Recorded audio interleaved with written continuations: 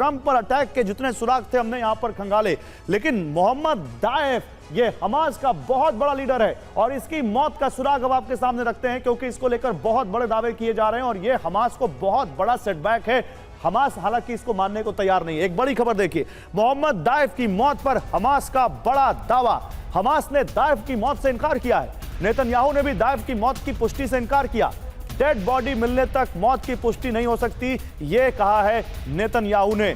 लेकिन मोहम्मद दाइफ की ज्यादातर एक तो तस्वीरें नहीं है दुनिया में, थोड़ी बहुत जो तस्वीरें हैं उसमें से एक तस्वीर हम आपको दिखा रहे हैं। मोहम्मद दाइफ की डेड बॉडी तक अभी तक नहीं मिली है। कहा जाता है कि मोहम्मद दाइफ ही वो शख्स है जिसने हमास के उस अटैक की पूरी रूपरेखा रची, वो मास्टरमाइंड था जो वहां पर इजराइल पर हमास ने किया था। एक और बड़ी खबर, हमास का नया कमांडर बना मोहम्मद सिनवार।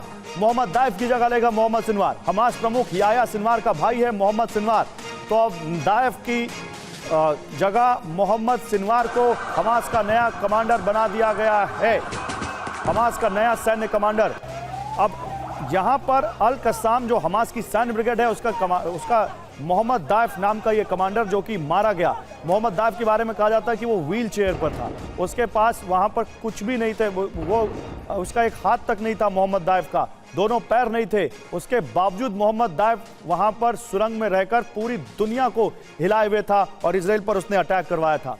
अब सवाल है कि एक तरफ हमास दाइफ की मौत से इनकार कर रहा है, तो वही दूसरी तरफ दाइफ की गद्दी पर मोहम्मद सिनवार को बिठाया जा रहा है। इसका मतलब क्या है, आइए जरा बिग वॉल पर बात करते हैं इस पर। तो गाजा में इजरायली सेना को बहुत बड़ी कामयाबी मिल गई है। गाजा का गॉडफादर कहे जाने वाला अल कस्साम ब्रिगेड का चीफ मोहम्मद दाइफ मारा गया है।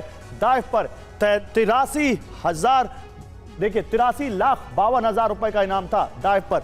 और इसके बाद वहां पर अब इजराइल के हमले में राफा सलामे भी खत्म हो गया और उस पर कितना था, वो खान यूनिस ब्रिगेड का चीफ, उस पर था 1,67,04,000 रुपए का इनाम।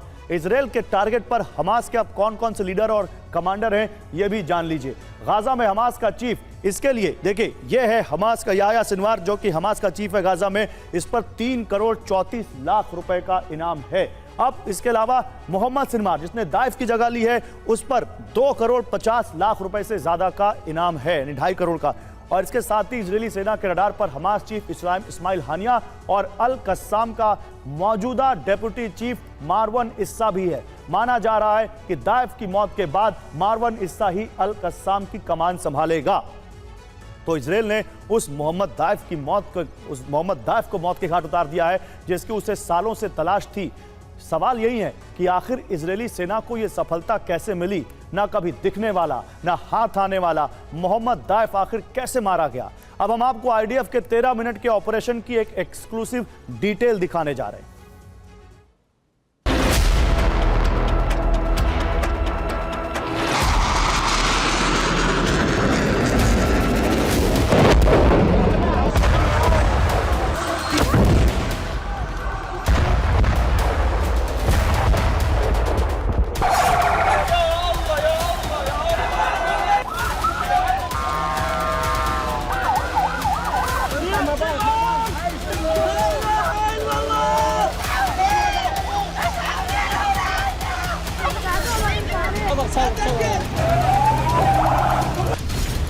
ग्लोबल ब्रेकिंग नंबर 1, गाजा के गॉडफादर का अंत।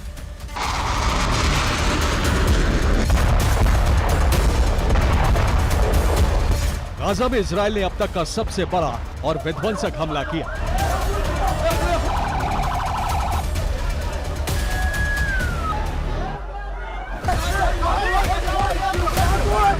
इस हमले में गाजा के गॉडफादर का अंत हो गया।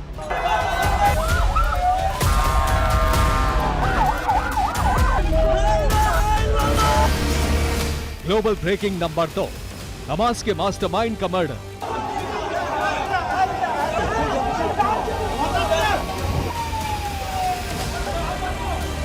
जो 7 अक्टूबर 2023 के हमले का मास्टरमाइंड था, जिसने इजराइल में सबसे बड़ा रक्तपात मचाया था, उसे मौत के घाट उतार दिया गया है।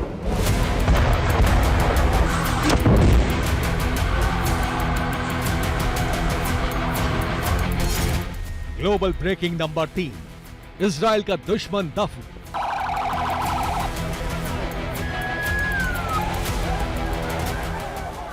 इजराइल ने अपने सबसे बड़े दुश्मन को विध्वंसक हमला कर गाजा की धरती में ही दफन कर दिया है।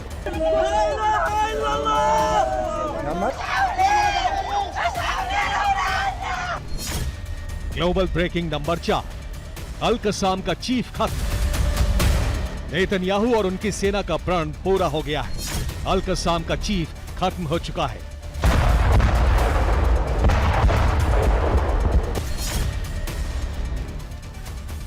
दाइफ का दी एंड। इजरायली सेना को बहुत बड़ी कामयाबी मिल गई है। मोहम्मद दाइफ का दी एंड हो गया है।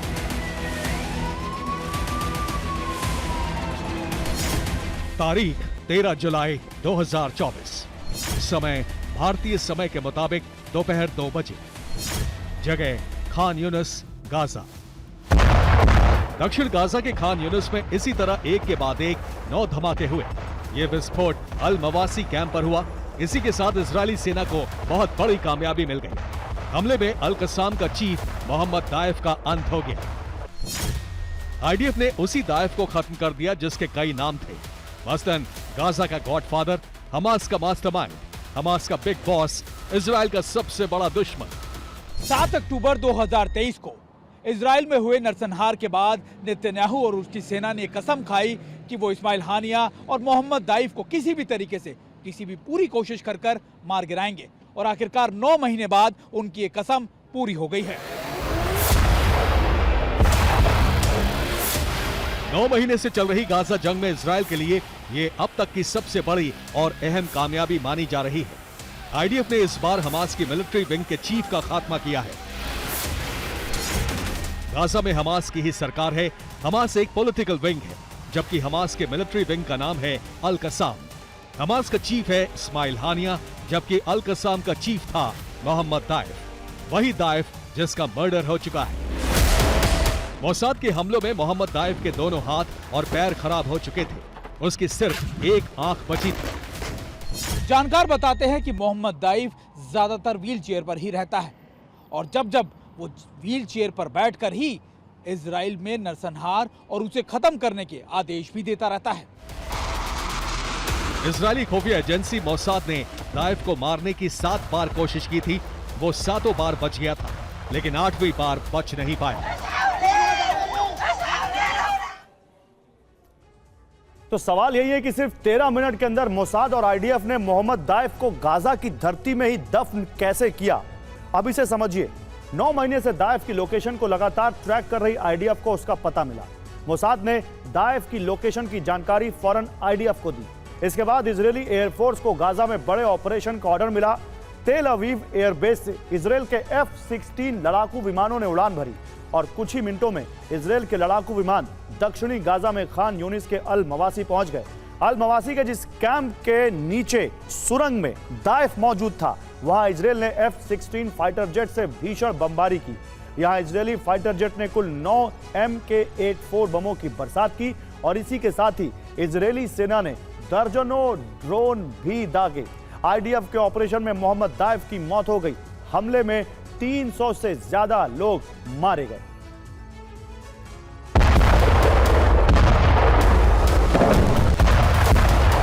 अल मवासी में न सिर्फ दाइफ का खात्मा हुआ, बल्कि दाइफ के साथ अल कसाम का एक और बड़ा कमांडर मारा गया। इस कमांडर का नाम है राफा सलामे। ये अल कसाम के खान यूनिस ब्रिगेड का कमांडर था। इजराइल ने जिस दाइफ को मौत के घाट उतारा है, उसका असली नाम मोहम्मद दीव इब्राहिम अल मसरी है। वो 2002 से अल कसाम ब्रिगेड को लीड कर रहा था। दाइफ ही वो शख्स था जिसने अल कसाम की जंगी ताकत में इजाफा किया।